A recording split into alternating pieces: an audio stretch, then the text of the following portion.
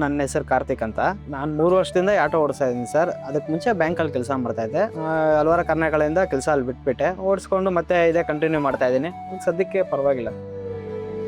ಹೋಗ್ತಾ ಹೋಗ್ತಾ ಹಂಗೆ ಸ್ವಲ್ಪ ಮನೇಲಿ ಫೈನಾನ್ಸ್ ಪ್ರಾಬ್ಲಮ್ ಜಾಸ್ತಿ ಆಗಿತ್ತು. ನನಗೆ ಯಾವುದೋ ಸ್ವಲ್ಪ ಹಣ ಇಕ್ಕಿದ್ದೆ ಚಿನ್ನ, ಹಂಗೆ ಅದನ್ನ ತಗೊಂಡೋಕ್ಕೆ ಬಡ್ಡಿ ಮೇಲೆ ಬಡ್ಡಿ ಆಗಿತ್ತು, ಕಟ್ಟಕ್ಕೆ ಆಗ್ತಾ ಇರಲಿಲ್ಲ.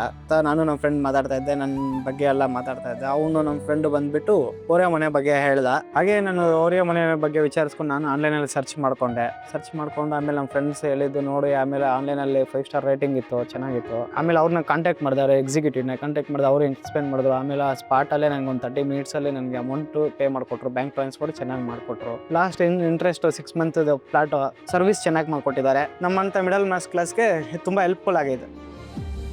ಹೀಗೆ ಇವತ್ತು ಡ್ಯೂಟಿಗೆ ಹೋಗೋಣ ಅನ್ಕೊಂಡ ಟೈಮ್ ಹೋಗ್ತಾ ಇದ್ದೆ, ಮಧ್ಯೆ ಕಾಲ್ ಬಂದು, ಸರ್ ನಿಮ್ಗೊಂದು ಲಕ್ಕಿ ಡ್ರಾ ಅಲ್ಲಿ ಒಂದು ಗಿಫ್ಟ್ ಬಂದೈತೆ ಅಂತ ಕಾಲ್ ಮಾಡಿದ್ರು. ನಾನು ಟಿವಿ ತಗೊಳ್ಳೋಣ ಅನ್ಕೊಂಡಿದ್ದೆ, ನೋಡಿದ್ರೆ ಟಿವಿನೇ ಕಳಿಸ್ಕೊಟ್ಟಿದ್ದಾರೆ.